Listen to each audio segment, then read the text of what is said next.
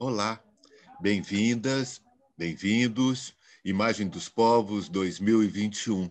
Histórias para adiar o fim do mundo. Hoje nós vamos conversar com o Marcelo Marques, que é o diretor da série O Ambientalista.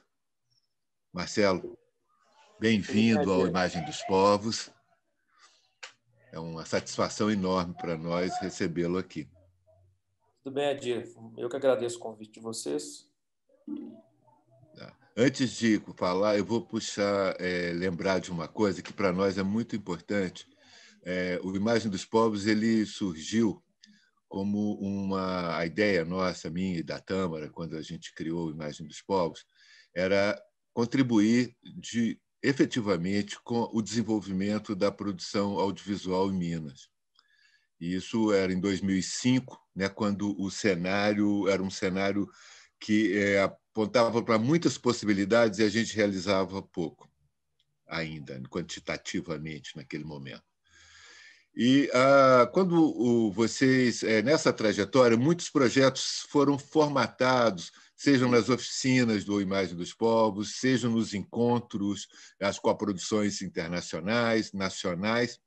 E é uma satisfação muito grande saber que o ambientalista, em algum momento, pôde, ao participar de uma rodada de negócios, né, dentro do Imagem dos Povos, firmar o seu contrato de licenciamento, seu primeiro licenciamento.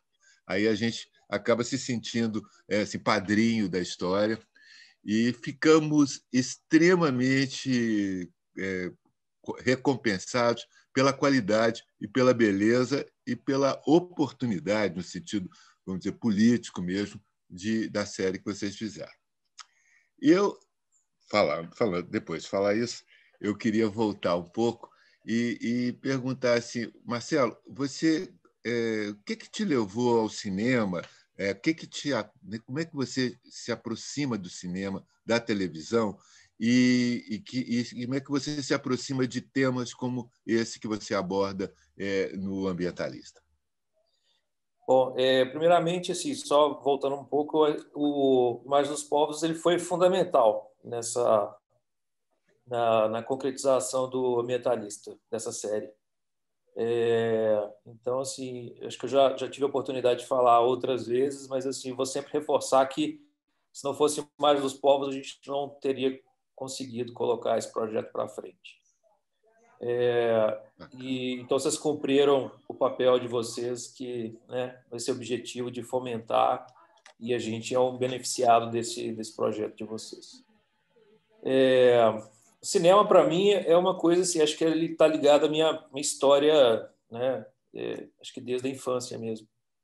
E eu acho que foi de um sonho que foi surgindo, que foi um sonho que foi virando realidade aos poucos e foi se profissionalizando.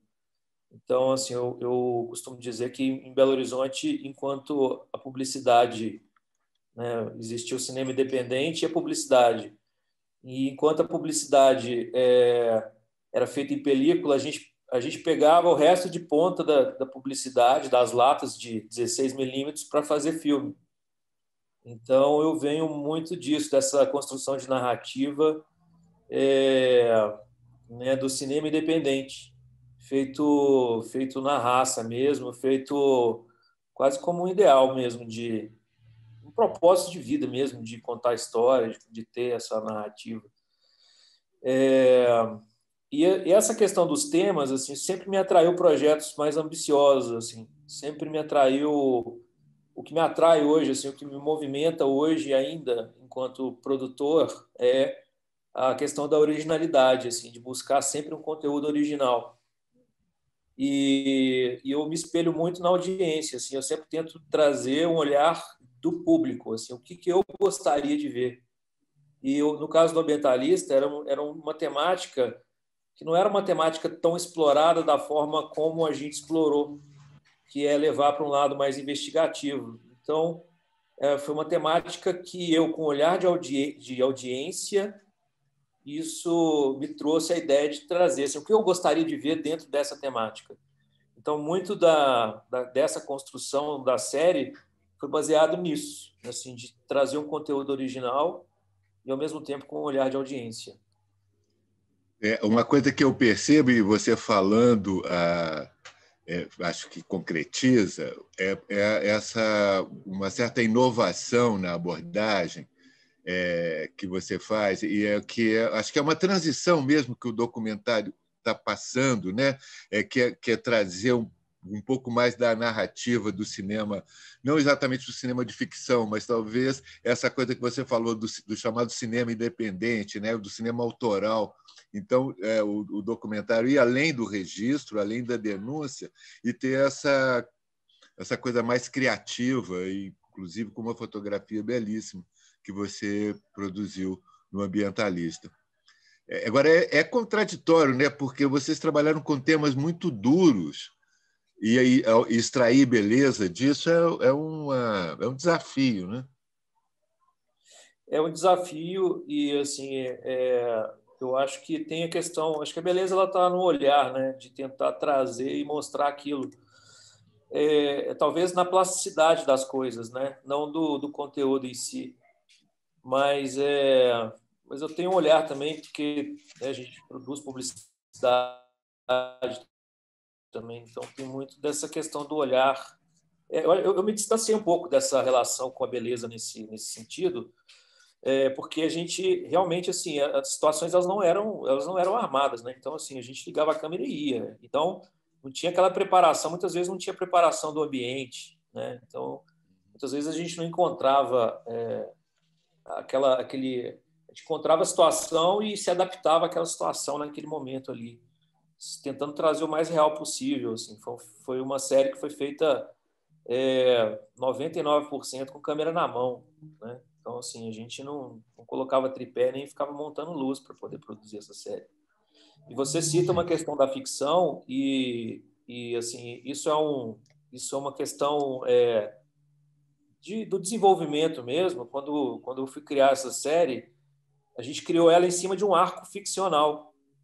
Então, se o arco, a estrutura é de ficção, mas Uhum. mas só no fato de contar a história, né? No fato de uma narrativa ficcional, mas dentro de uma história que é real, né? Que é do documentário. Então, a gente adaptou uma essa narrativa ficcional, acho que é do esqueci o nome dele, é o Snyder, esqueci o nome, esqueci agora o nome. Mas a gente misturou ficção, estrutura de uma narrativa de ficção com uma investigação de CSI forense, de ambientalismo forense, e a gente lá em campo, a gente elegendo os temas e os personagens para conseguir contar essa história. Porque ela não é feita de um ponto de vista, de vários pontos de vista, né? Ela é uma construção quase linear de vários papéis ali, de várias pessoas que estão desempenhando papéis ali dentro daquela história, né? É engraçado que eu percebo isso até de uma outra forma, que é pelos títulos. Eu não sei se a ordem que nós vamos exibir é a ordem que vocês escreveram, mas quando eu vou lendo os títulos na ordem que nós vamos exibir, eu vejo esse arco. Por exemplo, primeiro episódio, Eldorado. Não é? É como se fosse essa coisa imaginária que vai mover toda essa economia, toda essa coisa que vocês vão documentar. Você vê assim também, por exemplo? É a busca do ouro, né? É a busca do É, ouro. E, e assim, na história, a busca do ouro sempre teve extermínio, né? Sempre teve tudo que vem junto com a mineração, enfim, né? Com todas essas é. questões que estão envolvidas no tema. Então, acho que o E a, título Desculpa. O título Não, reforça é muito isso. isso, né? É porque a partir do Eldorado você tem o segundo episódio, que são as barragens, né? Que já é o manejo, né? Interessante, assim, tem uma questão interessante das barragens, porque todo projeto, assim, para gente apresentar e mostrar qual que é a ideia do projeto, para você viabilizar, você precisa criar um teaser, né?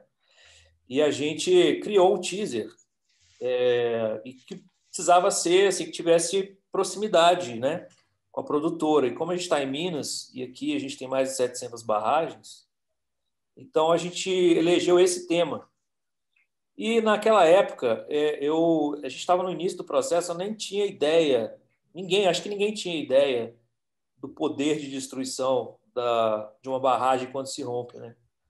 E não tinha acontecido ainda o ocorrido lá em Mariana. Então, o que acontece? Assim, a gente fez o teaser mostrando uma barragem em Congonhas e, coincidentemente, no dia que a gente ganhou o projeto, né, pelo Fundo Setorial, foi no dia que a barragem de Mariana rompeu. E isso, assim, para a gente mostrou e trouxe assim, indicou para a gente que a gente realmente estava num caminho certo, que aquilo No ali caminho certo. era um estrago de fato, né? E cidades radioativas, que é o próximo. Cidades radioativas, a gente foi para o sertão baiano, né? Sertão para mostrar o beneficiamento de urânio, de como é que esse material ele é beneficiado, né, pela indústria, né, pela INB, Indústrias Nucleares do Brasil. E aí a gente foi mostrar como é que era esse processo, porque no beneficiamento do urânio enfim, tem transporte, no beneficiamento em si mesmo, que é um processo de mineração, como outro qualquer, ele solta, ele elimina também outros materiais radioativos, que aquilo vai e contamina o lençol freático. Então a gente foi para investigar essa questão, né, de como é que era essa extração de urânio e como é que a região escondia os casos, né, de câncer, né, de neoplasia, ligados à questão da mineração e de contaminação de solo e de água. E daí a gente vai para crianças contaminadas, que é o outro episódio. Crianças contaminadas é na Baía de Sepetiba, né, no Salvador, perto de Salvador, e é a contaminação por chumbo. Então, uma região chama Ilha de Maré, né, uma ilha que é ali na Baía de Sepetiba, e esse episódio fala da contaminação do ar pelas indústrias, porque tem um polo industrial na região, e contaminação da água também por resíduos de uma fábrica de chumbo e de outras indústrias também. Então, assim, a gente vê a falta mesmo de controle, né, desses poluentes que são emitidos no ar e na água. Então, a gente conta um pouco dessa história e mostra a repercussão na ilha, assim, nas crianças da ilha que consomem o marisco. O próximo é o Zona de Sacrifício. Zona de Sacrifício é uma região de mineração também e, assim, todos os casos eles têm a gente tentou eleger vários temas que tivessem ligados ao ar, terra, mar. Então ele faz parte dessa questão de contaminação, que ele fica na Ilha da Madeira, onde foi instalada mineração e contaminação da água também, em função de uma fábrica que foi fechada na região e que todo o passivo ambiental permaneceu alojado na região, contaminando a água, né? E o porto que está sendo instalado e a parte de mineração também. E vai falando sempre, as coisas estão envolvidas com o institucional e tudo. Aí, voltando na ideia, o próximo episódio, na ideia que a gente estava conversando, o próximo episódio, que é o Lixão do Planalto, ele é como se fosse uma metáfora desse nosso país, assim? Como é que é isso? Foi um trocadilho aí, né? Porque assim, é um lixão que está muito próximo do Planalto, de fato. Ele fica na cidade industrial, não, desculpa, na cidade estrutural, porque essa cidade estrutural ela foi criada por conta do lixão. Então, enfim, tem uma série de coisas ligadas ao fato do lixão estar instalado que vão muito além da questão ambiental também. Questão de violência, abuso infantil, trabalho infantil. Então, a gente tratou e levantou todas essas questões, mas a gente, né, mais focado na parte ambiental também. Mas é muito assim uma grande questão assim, porque acho que essa parte de falar sobre a narrativa ficcional, a gente sempre tem que achar um vilão, né? E sempre o antagonista e o protagonista. E muitas vezes, para a gente, e eu estou falando disso por conta do lixão, às vezes esse protagonista ele era invisível, porque no caso do lixão a gente tinha ali questões muito maiores, não eram uma pessoa, ou sabe, eram vários elementos ali, vários vilões que contribuíam para aquela situação, assim, políticas governamentais, até a questão tinha a questão da violência mesmo em si, da região. Então tinha aquela situação estava ali instalada por conta de vários antagonistas aí, na verdade. E essa coisa da invisibilidade, que no caso do lixão a gente pode identificar também dessa forma que você está dizendo em agentes sociais, tem uma coisa que às vezes é invisível no próprio eixo produtivo, né? Como é o caso do episódio seguinte, que é sobre a química na lavoura, né? Sim, esse é um episódio muito curioso e ele fala da produção de tabaco e utilização de agrotóxico. Então, assim, a gente foi para uma cidade no sul do país, chama Venâncio Aires, e essa cidade ela tinha o maior número de suicídios, acho que no mundo. E isso a gente foi identificar que tinha relação com a indústria do tabaco, né? E assim, a produção de tabaco e a utilização de agrotóxicos, porque no Brasil a gente tem aí uma série de agrotóxicos que são proibidos em mais de 60 países. E, enfim, eu acho que depois da série também, porque a série ela foi feita em 2016, eu acho que liberaram mais um tanto. Então, tem uma questão aí séria em relação a isso, e esse episódio trata disso, desse sistema produtivo do tabaco e a utilização de agrotóxicos e como isso implica na questão do suicídio, do aumento do suicídio. É muito forte.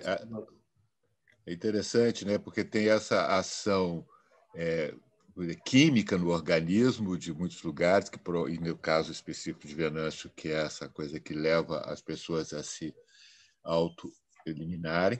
Nós estamos vivendo isso aqui na região de Brumadinho, como um resultado do impacto do rompimento da barragem de córrego do Feijão. E é uma situação também que se repete em Belo Monte, né?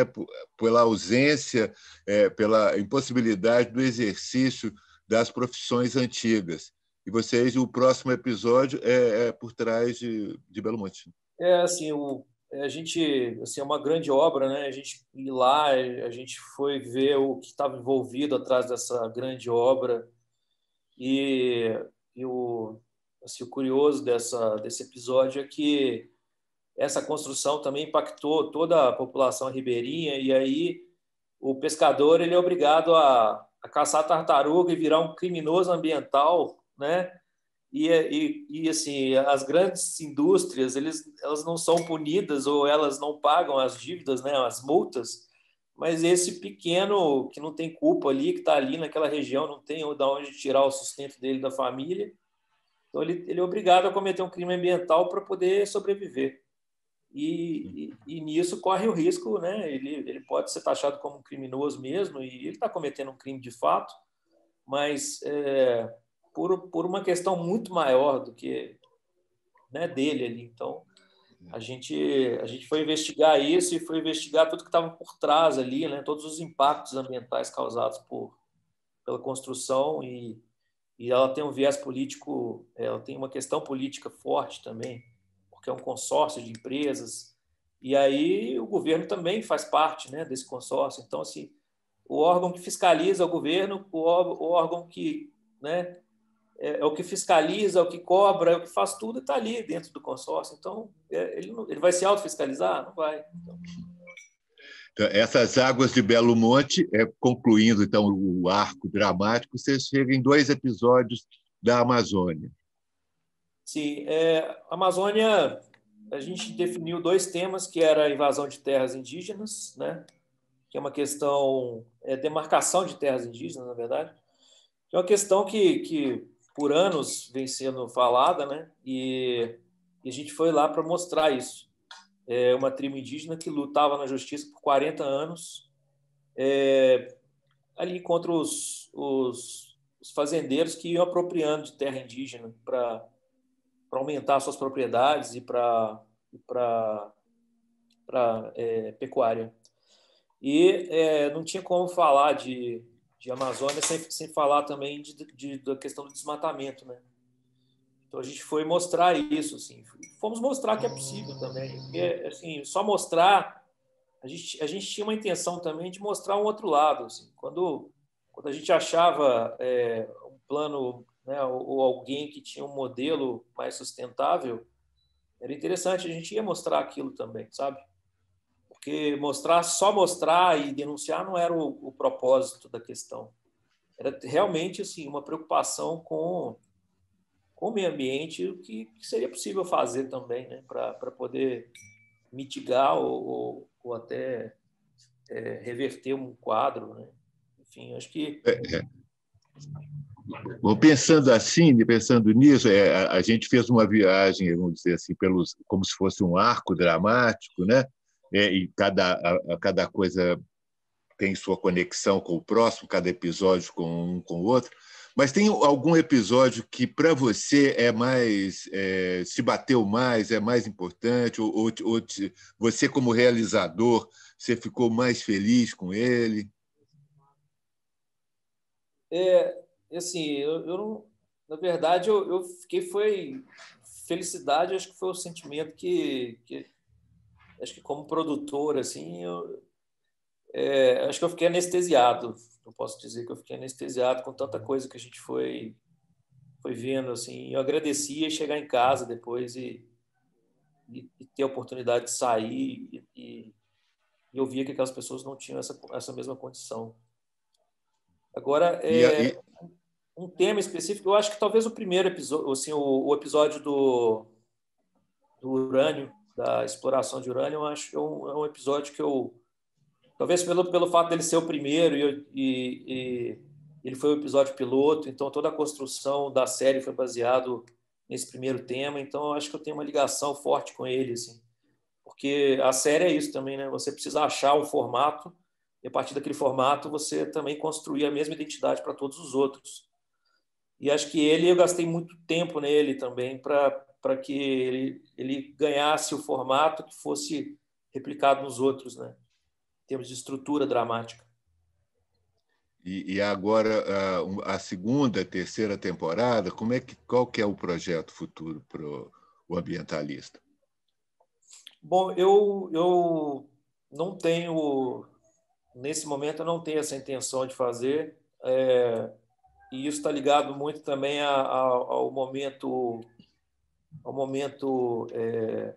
político que a gente está vivendo, né?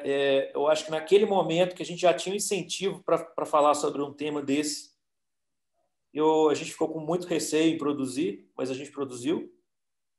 E acho que agora não seria o momento, então ele tá congelado nos meus planos aí para uma segunda ou terceira temporada por uma questão de preservação mesmo de vida das pessoas envolvidas no projeto. É um tema Dentro muito disso, delicado. mas essa dúvida talvez seja a dúvida que mova a edição desse ano do Imagem dos Povos, né? Histórias para adiar o fim do mundo. Filmes ajudam a adiar o fim do mundo? Série ajuda a adiar o fim do mundo? Qual que é o nosso papel nessa história?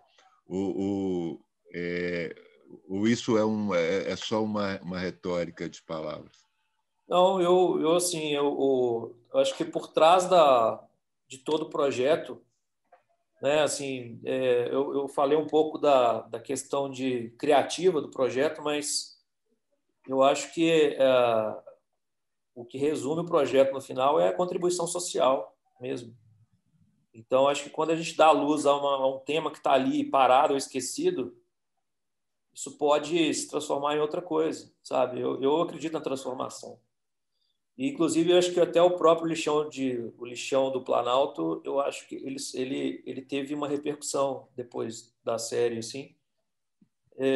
Coincidentemente ou não, acabou saindo na Folha de São Paulo várias questões sobre o lixão e a coisa andou para um outro caminho aí para virar um aterro sanitário com todas as questões necessárias para que fosse, né, o correto a ser feito.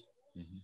Então, assim, eu acredito em transformação. Então, eu acho que a gente tem um papel, o audiovisual tem esse papel de transformação social, sim. Ele tem o papel de entreter, ele tem o papel de informar, ele tem o papel de transformar. Bacana. Então, olha só, a gente fica... Marcelo, muito obrigado por essa conversa de hoje. Fica aqui o convite para quem está nos assistindo para acompanhar durante o Imagem dos Povos 2021 a série O Ambientalista. São 10 episódios que vão estar distribuídos durante toda a programação. Para você saber a programação, entre lá, www.imagemdospovos.com.br. Se inscreva.